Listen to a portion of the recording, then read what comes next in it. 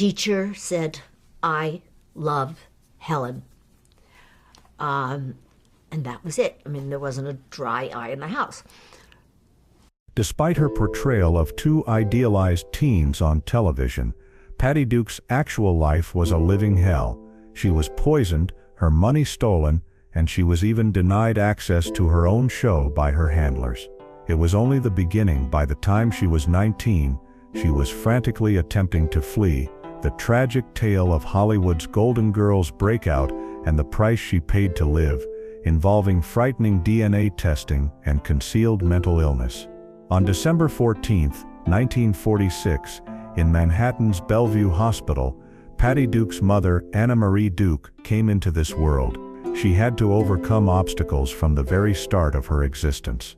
John Patrick Duke, who was her father, battled alcoholism while working as a taxi driver and handyman. Her cashier mother, Frances Margaret McMahon, had violent episodes of acute melancholy. Elmhurst, Queens was home to the family's small four-room apartment, where bedbugs made their home and money was tight. Uncertainty permeated every aspect of life at home. Everything came crashing down when Patty was 6 years old. After her father was forcibly removed from the house in 1952, Frances was left to raise their 3 children alone. He left on an emotional as well as a physical note. He was reduced to a mere recollection. Until his death in 1963, Patty hardly saw this person. As a single parent, Frances had a hard time making ends meet. The strain was becoming intolerable. She resorted to verbal and physical aggression when she became angry with her children. Since Patty, Raymond, and Carol could never predict their mother's attitude, they learned to avoid being in her presence. Comfort and affection were scarce. Their house was far from a haven of solace, a place of survival. That was it. The Rosses followed. Everything changed in 1954, when Patty's mother made a decision. Patty was 8 years old at the time.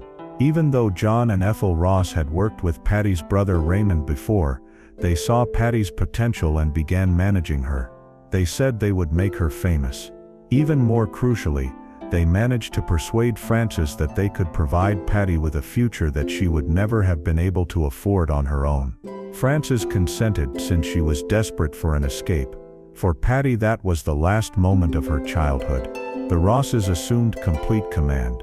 Separating her from her family, they took her in and made her feel at home in their house. Laundry visits were the only time she could see her mom, and those brief encounters felt more like business as usual than genuine reunions. In order to increase her marketability, they went so far as to modify her age, making her appear 2 years younger on paper. However, they decided to completely erase her identity, which was their most extreme move. Anna Marie passed away. Right now you're known as Patty. Ethel Ross's remarks were more than simply words on paper. They were a directive. Regardless of her desires, she was compelled to assume the role of Patty Duke from that point on. She had already made appearances in advertisements and television shows such as Armstrong Circle Theater by the time she was 12 years old. The Brighter Day, a soap drama, also included her acting. She also became a participant on the $64,000 question the same year, 1959. The occasion became sour when the reality was revealed, even though it appeared to be a big accomplishment at the time. It was all a sham. Patty came clean and said that she had known the answers beforehand. She went to great lengths, including testifying before Congress, to reveal the hidden deceit. Her skill, not the controversy, propelled her ahead. In a television version of Meet Me in St. Louis, she played the role of Tootie Smith later that year. She was clearly more than simply a troubled child star based on her performances. Her professional life was flourishing, but she was tightening the reins on her personal life. Not only did John and Ethel Ross influence her work, but they also shaped her life. Her entire universe was under their control. They cut her off from her family, even letting her mom drop by for little visits so she could do laundry. Doing what they wanted was the only way to survive, as Patty learned the hard way. She played the most challenging part of her career as Helen Keller in the October 1959 Broadway revival of The Miracle Worker. Although she was only 12 years old, the demanding nature of the part gave the impression that she had lived a long life. She and Anne Bancroft, who portrayed her instructor Annie Sullivan, had to force themselves into physically demanding parts for the play. They both wore padding beneath their costumes to prevent bruising during fight sequences, since their performances were so powerful. The show, however, elevated Patty to the status of a genuine celebrity and lasted until July 1961. The theater's marquee even had her name elevated above the title, which is quite an accomplishment for someone her age. Patty was chosen to repeat her part in the 1962 film adaptation, which was made possible by the popularity of the play. She gave a performance that was honest and memorable while working with Arthur Penn. She astonished reviewers and audiences with her realistic portrayal of Helen Keller's struggle and final success. Without a doubt, Patty's performance in the film contributed to its iconic status. At the age of 16, she broke the record for youngest individual to receive an Academy Award in a competitive category on April 9, 1963. Those in charge of her career also decided who may share in her joy at that moment, thus it was a missed opportunity. The Academy Awards were off limits to her mother. The Rosses said they were afraid she may make Patty seem bad. They brought their dog instead, and he was even wearing a mink stole. The ridiculousness of the situation served to emphasize the extent to which they controlled her life. Emotions ran high and low as Patty thought back on that night. For an actor, her degree of achievement is the stuff of dreams. However, behind her glitz and gloss, she was really a manipulated adolescent. She owes both her celebrity and her youth to the Rosses. Patty Duke shot to fame on television at the tender age of 16. The Patty Duke Show catapulted her to stardom in a manner that her Oscar for The Miracle Worker hadn't. She appeared in 104 black and white episodes of the sitcom from 1963, 1966, playing the roles of identical cousins Patty and Kathy Lane. In this humorous sitcom, two females with strikingly similar appearances but vastly different personalities were the main characters. Patty, a vibrant adolescent hailing from Brooklyn Heights, had a passion for rock and roll. A girl from Europe, Kathy was well-mannered and cultured. The audience loved the act because of the hilarious scenarios and continual mix-ups caused by their disagreements. When it came out, the special effects were revolutionary. The production crew utilized split-screen technology, a feat that was challenging to achieve in the 1960s, to give the impression that Patty Duke was portraying two characters simultaneously. They employed a moving matte technique to merge two film strips into one for more intricate pictures. It was easy to tell them apart even by looking at their hair. Kathy had her hair pulled under, while Patty sported a flip. Regardless of these advancements, Patty's exploits occupied the bulk of the narratives, putting Kathy on the back burner. An impressive start to the event. It reached an 18th spot in the Nielsen ratings during its debut season. It continued to do well throughout season 2, but by season 3, its audience had begun to dwindle. As viewers flocked to Lost in Space and other new shows, ABC debated whether or not to colorize the Patty Duke Show. United Artists Television, the show's producers, declined to cover the cost of the update. Even when it was at its height, the program was still not fun for the young star, and the dispute that led to its 1966 termination only made things worse. Playing Patty and Kathy Lane was something Patty Duke eventually came to regret. Her on-screen personalities, which were bright and carefree, were completely at odds with her real-life struggles. Show creator Sidney Sheldon drew inspiration for the two characters from Duke's dual nature. She suffered from severe mood swings, but doctors eventually diagnosed her with bipolar illness. Still, she only felt confined there and then. Duke made an impressive $3,000 weekly while appearing on the Patty Duke program, which was a major payoff for an adolescent actress in the 60s. On the other hand, she found out that nearly all of her money had vanished when she reached 18 and was expecting to access her trust fund. Hundreds of thousands of dollars were supposed to be left, yet just $84,000 remained. They had squandered the remainder on themselves, the Rosses. She had no idea the program was that popular during her time on it, which was one of the most surprising things. She was kept entirely in the dark by the Rosses. She had no clue that the Patty Duke Show was a smashing success in its pilot season. Because the Rosses were worried it may make her lose interest, they forbade her from seeing the shows as they aired. Her earnings were likewise a mystery to her. She found out years later that she had made $500,000 to $1 million from the show's salaries, merchandise agreements, and other commercial endeavors. What remained was mostly gone. Also, when she was a teenager, they gave her drugs and alcohol, cutting her off from society and making her reliant on them. A perfect Stepford child, unable to make her own decisions, was how Duke subsequently characterized herself. However, her life took a dramatic turn when she reached 18. The 32-year-old Patty Duke Show associate director Harry Falk Jr. was someone she met. Additionally, she finally noticed an exit. They began their connection behind closed doors.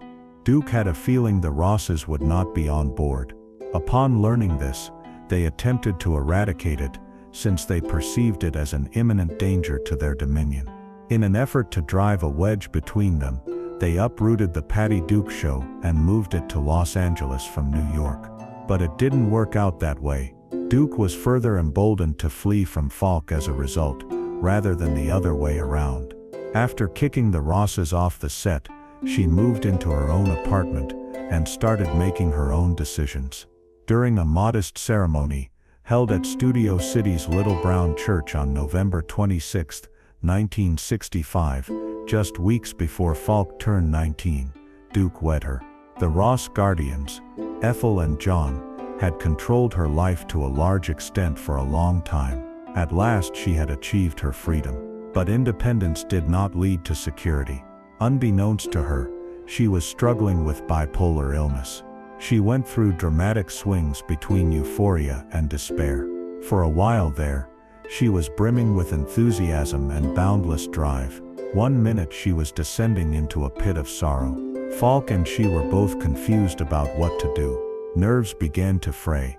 She sought solace in booze and Valium, but these had the opposite effect. She confessed afterwards that her repeated suicide attempts were more like screams for aid than actual efforts to end her life. Under the influence of anorexia, her weight plummeted to a precarious 76 pounds. Their marriage was not likely to last. They divorced in 1970, after they split up in 1968. Her life became even more disorganized in that particular year. While experiencing a manic episode in June 1970, she married Michael Tell, a music promoter whom she had just a cursory acquaintance with, on the spur of the moment. The marriage was nullified after only 13 days. She was going through a tough period emotionally, due to an unanticipated pregnancy, and the breakup of her romance with Desi Arnaz Jr. Call Me Anna. Her autobiography revealed that she felt her son Sean Astin was fathered by John Astin, and that the marriage had never been completed. A DNA test, however, uncovered the reality in 1994, after decades of speculation. Sean was biologically fathered by Michael Tell. Not even Duke had anticipated that outcome. In 1972, she had already moved on once more. Their 2-year romance, which started while he was still married, ended in marriage when she wed actor John Astin. Their existence as a couple appeared to be more solid. In 1973, he had a son named Mackenzie with Sean, whom he adopted. However, Duke's battles with bipolar illness persisted. Intense mood swings continued to plague her, and although they loved each other, their marriage suffered under the burden of dealing with her illness. Astin was there for her through thick and thin, but they split up in 1985. Their breakup was hastened in part because Astin became a Buddhist in 1984. They became estranged as a result of this shift, even though Duke had nothing but praise for him and acknowledged his role in giving Sean stability. The general population had a hazy view of her situation throughout these years. Rumors about her drug usage spread after her disorganized address at the 1970 Emmys. The truth was that she had been sleeping for 3 weeks straight and was currently experiencing a manic episode. However, mental disease was not widely recognized at that period. Judgment met her instead of compassion. Patty Duke was prepared to shed the image that had characterized her youth by the late 1960s, after years of being America's sweetheart. In 1967, she received that opportunity with the film Valley of the Dolls, which offered to showcase her as a serious adult performer. Instead, it turned out to be one of her most divisive portrayals to date. The role she performed was that of Neely O'Hara, a young Hollywood actress whose meteoric ascent and subsequent fall are engulfed in a tornado of substance abuse and self-destruction. This part was completely new for Duke. It was dramatic, powerful, and emotional. The event, however, was not enjoyable for her. She made her distaste for the picture Valley of the Drek plain later on by calling it such. Not even the critics were pleased. They thought her acting was over the top, and they didn't even like the film. Still, viewers persisted in tuning in, despite the negative reaction. As the years passed, Valley of the Dolls gained cult status, and Duke's performance as Neely became an iconic part of the picture. Her career could have been doomed by the severe criticism. Already, she was in the midst of a really trying time in her life. Battles mental health concerns, while achieving freedom from the controlling bosses she had endured since infancy. However, she didn't give up, rather she discovered a means to start over. It was in the 1969 coming-of-age drama Miss Natalie that she had her big break. She portrayed Natalie Miller, a young lady who battles low self-esteem and a lack of independence in a society that doesn't appreciate her beauty. The reviewers finally took note of the part because of how intimate and heartfelt it was. Golden Globe winner for Best Actress in a Motion Picture, Comedy or Musical, her performance proved to Hollywood that she had grown up to be more than simply a kid star. She went on to a successful career on television.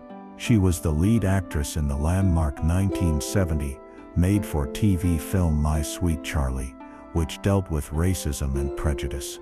Her character, Marlene Chambers, is a pregnant fugitive who, to no one's surprise, develops a friendship with a black attorney fleeing racial persecution. The performance, which was witnessed by 18.5 million homes, was among her most impactful works.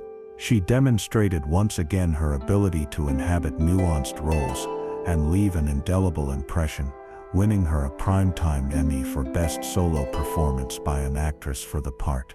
Her TV career took off from there. Captains and the Kings, a 1977 miniseries on the ascent to power in America of an Irish immigrant family, earned her another Emmy. Her portrayal as Bernadette Hennessy was moving and nuanced, demonstrating her immense versatility once again. The turning point in her career finally arrived at that point. Although she wasn't portraying Helen Keller this time, Duke made a triumphant return to The Miracle Worker in 1980. Not Helen, but the tenacious educator Anne Sullivan, whose influence had been transformative for Helen in the past. She played the part. She added depth to a character she was familiar with while starring with Melissa Gilbert. It was one of the most significant parts of her career, and she was nominated for an Emmy for her portrayal. Patty Duke was famous even as a little girl. At 16 years old, she earned an Academy Award for her role in The Miracle Worker in 1963. Her role as polar opposite cousins on The Patty Duke Show catapulted her to fame a year later. Her life appeared ideal from the outside, but she was secretly battling an invisible enemy. She went on a roller coaster of emotions. At one point, she was full of life and acting on impulse. One minute she was so depressed that she couldn't even bring herself to get out of bed. Many assumed it was simply the pressures of stardom for a long time. Something far more serious was actually occupying her life. She received her response at the age of 36. Her doctors first identified bipolar disorder, then known as manic depression, in 1982. After the diagnosis, everything changed. Lithium, A medicine that helped calm her mood was provided to her. Her hardships persisted. Nonetheless, she experienced a sense of mastery she had never before felt. Things had gotten out of hand before she got the diagnosis. She overdosed on Valium 8 times during her lowest points and attempted suicide multiple times. These weren't merely suicide attempts, she confessed later. The cries for help were filled with desperation. She couldn't fight it unless she knew what was wrong. She chose to do something unusual for an 80s celebrity, share her diagnosis, rather than hide it. Then she spoke up. She and Kenneth Turan collaborated on a memoir that came out in 1987 called Call Me Anna. Everything was laid out in the book, from her traumatic childhood to her substance abuse, and the moment she realized what was happening to her. The book became an instant hit, and in 1990, it was adapted into a television movie, in which Duke portrayed her aging self. The discussion surrounding mental health was impacted by her candor. She was an outspoken advocate for mental health at a time when the entertainment industry shrugged it off or made fun of it. She went on to inspire other celebrities, such as Carrie Fisher and Catherine Zeta-Jones, to speak out about their bipolar disorder struggles. Patty Duke went beyond merely discussing mental health. People listened because of her. Not only did she share her story in writing, but she also reached millions more via television. Among her many television appearances, she discussed her battles with bipolar disorder openly on The Oprah Winfrey Show. Seeing a famous person say what many people had been too embarrassed to say themselves was a first for many people watching at home. Mental illness is not a sign of weakness, she emphasized. To get a handle on it, it required education, therapy, and most importantly, talk. And that wasn't all. She collaborated with the NIMI and ANIMI to advocate for increased financing for mental illness research and treatment, as well as improved policies. She went to Washington, D.C., to advocate for legislation that would have mental health care recognized on par with physical health care. Mental health parity laws, which mandated equitable coverage of mental health treatment by insurance companies, were among the significant legislative changes brought about by her efforts. A lot of people couldn't get the medical attention they needed before that. That changed with Duke's help. Yet her influence extended far beyond the realm of politics. The public's perception of mental illness was forever altered by her. Most people, including her own family, kept secret before she spoke out. She was instrumental in breaking the ice. Speaking up didn't make her a less respected person, as she demonstrated. Strength was to be gained. More people began sharing their personal narratives after hearing her, and the taboo surrounding mental illness started to crumble. Duke's struggle for fair treatment extended beyond mental health. She became just the second woman in the Guild's history to hold the position of president, a position she held from 1985 to 1988. It was an arduous task. Actors were confronted with fresh obstacles as the industry underwent transformation. She took the lead in arranging for the help they required. The SAG Foundation, which she helped found, offered emergency funding and educational opportunities to struggling actors, and it was one of her greatest accomplishments. Additionally, she advocated for a more diverse Hollywood. She oversaw SAG's implementation of a low-budget motion picture agreement that mandated studio hiring preferences for women, minorities, the elderly, and actors with disabilities. It was a huge deal for diversifying the business world. Her leadership extended beyond the realm of policy. Fight or no fight, she was game. She spearheaded a 6-week animation workers' strike in 1987 to demand better working conditions. To get better pay for commercial actors and actresses, she went on strike for 3 weeks the next year. Winning these fights wasn't easy, but it was essential. Despite their reliance on actors, many were underpaid and overworked in the entertainment industry. Duke was not going to have any of that. Also, she was firmly opposed to right-to-work laws, which allowed non-union employees to reap the benefits of contracts without paying dues, and thus undermined union power. Unions and actors would both be in a much weaker position now that those laws are in place. She battled mightily to prevent that from occurring. It was not easy to lead SAG. She left her imprint by the time she resigned in 1988, despite the fact that the organization had internal strife, and that not everyone approved of her strategy. In the same year, SAG paid out its 1 billionth residual. That mark wasn't merely numerical. Actors were finally receiving what they were rightfully paid for their work.